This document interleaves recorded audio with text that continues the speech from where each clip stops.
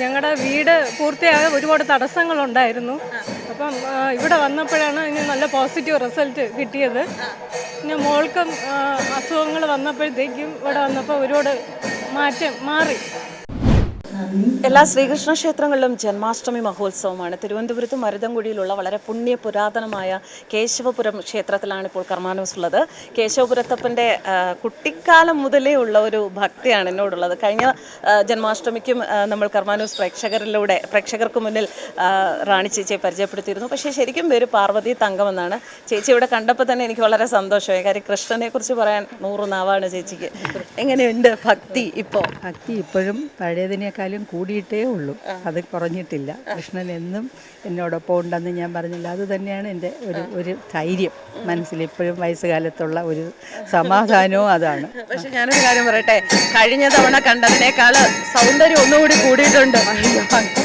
അത് കൃഷ്ണന്റെ അനുഗ്രഹം, ഭക്തിയിൽ നിറഞ്ഞ ഒരു സമാധാനം കിട്ടുന്നത് അതുണ്ട് എനിക്ക്. കേശവപുരത്തപ്പൻ എങ്ങനെയാണ് ചേച്ചിയുടെ ജീവിതത്തിൽ ഒരുപാട് സ്വാധീനം ചെലുത്തിയിട്ടുള്ളത്? എല്ലാ കാര്യത്തിലും എൻ്റെ ജീവിതം ഞാൻ പറഞ്ഞില്ലേ, ഞാൻ വളരെ എൻ്റെ ബാല്യകാലമൊക്കെ എനിക്ക് വളരെ അനുഗ്രഹമായിരുന്നു ഭഗവാന്റെ.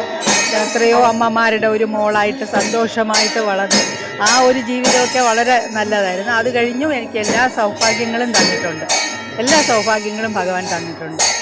ജന്മാഷ്ടമിക്ക് നാളെ മുഴുവൻ സമയം ക്ഷേത്രത്തിലായിരിക്കുമോ? ഇല്ല, അതിനുള്ള ആരോഗ്യം എനിക്കിപ്പോൾ ഇല്ല. അത് ഇപ്പോഴുള്ള ചൂട് സമയം കാരണം നാളെ ഞങ്ങളുടെ പൂജയൊക്കെ ഉണ്ട്. പക്ഷെ എന്നാലും രാവിലെ വന്ന് തൊഴുതിട്ട് പോകും, അത്രേ പറ്റുള്ളൂ. പിന്നെ വീട്ടിൽ ഇരുന്ന് ഞാൻ നാളെ 12 മണി വരെ 12:30 ദൈവം ജനിക്കുന്നത് വരെ ഞാൻ ഉറക്കമൊഴിഞ്ഞിരുന്ന് ഇവിടുത്തെ ദീപാരാധന കേട്ടിട്ടേ കിടക്കുകയുള്ളൂ. എല്ലാ അഷ്ടമിരോഹിണിക്കും അങ്ങനെയാണ് ഇതുവരെ. എന്തായാലും കേശവപുരം എന്ന് പറയുന്ന സ്ഥലം കൃഷ്ണഭക്തരെ കൊണ്ട് നിറഞ്ഞ ഒരു പ്രദേശമാണ്. കാരണം ഇവിടെ ഒരുപാട് അമ്മമാരാണ് ജന്മാഷ്ടമി മഹോത്സവത്തിൽ പങ്കെടുക്കാൻ എത്തിയിരിക്കുന്നത്. ഒരുപാട് കുടുംബങ്ങൾ കുടുംബസഹിതം ഇവിടെ കേശവപുരത്തപ്പനെ ഈ ദിവസങ്ങളിൽ കാണാൻ എത്താറുണ്ട്. അക്കൂട്ടത്തിൽ ഒരു അച്ഛനെയും അമ്മയും മകളുടെ മകളെയാണ് ഞങ്ങൾ കണ്ടെത്തിയിരിക്കുന്നത്. ഇത് സുരേഷ് സാറ്, ഇത് പ്രസന്ന ചേച്ചി, മോള് ശ്രീതു, തേജശ്രീ. ഞാൻ ആദ്യമേ മുൻകൂർ ജാമ്യം എടുത്തിരുന്നു, പേര് തെറ്റിപ്പോകുന്നു. പതിവായിട്ട് വരാറുണ്ടോ? അതെ, വരാറുണ്ട്. അതെ, എങ്ങനെയാണ് കേശവപുരത്തപ്പൻ ലൈഫിൽ തന്നിട്ടുള്ള നല്ല കാര്യങ്ങൾ? ഞങ്ങളുടെ വീട് പൂർത്തിയാകാൻ ഒരുപാട് തടസ്സങ്ങളുണ്ടായിരുന്നു. അപ്പം ഇവിടെ വന്നപ്പോഴാണ് ഇതിന് നല്ല പോസിറ്റീവ് റിസൾട്ട് കിട്ടിയത്.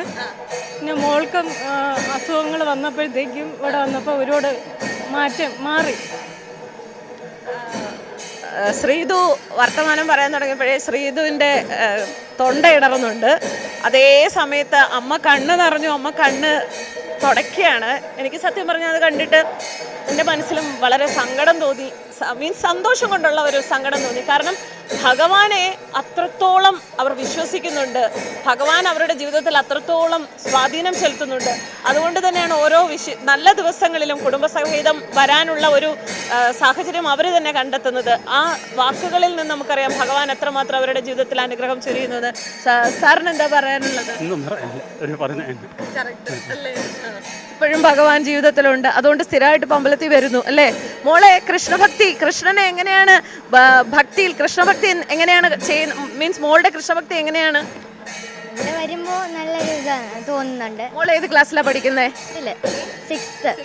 ഏതാ സ്കൂള്? നിർമ്മല ഭവൻ. നന്നായി പഠിക്കുന്നുണ്ടോ? അമ്മ അമ്പലത്തിൽ വരാൻ വിളിച്ചാ എനിക്ക് വയ്യ, ഉറക്കം വരുന്നു, അങ്ങനെ എന്തെങ്കിലും നുണ പറയാറുണ്ടോ? ഇല്ല. ചാടി എണീറ്റ് കുളിച്ച് വരും അല്ലേ? അപ്പോൾ ഇതുപോലെയുള്ള ഒരുപാട് കുടുംബങ്ങളെ നിങ്ങളുടെ മുന്നിൽ പരിചയപ്പെടുത്തണമെന്നുണ്ട്. ചിലർക്ക് ഇതൊക്കെ ഒരു തമാശയായിരിക്കാം, പക്ഷേ ഇത് തമാശയല്ല. കാരണം വിശ്വസിക്കുന്നവർക്ക് വെളിപ്പുറത്തുള്ള ദൈവമാണ് കേശവപുരത്തപ്പൻ.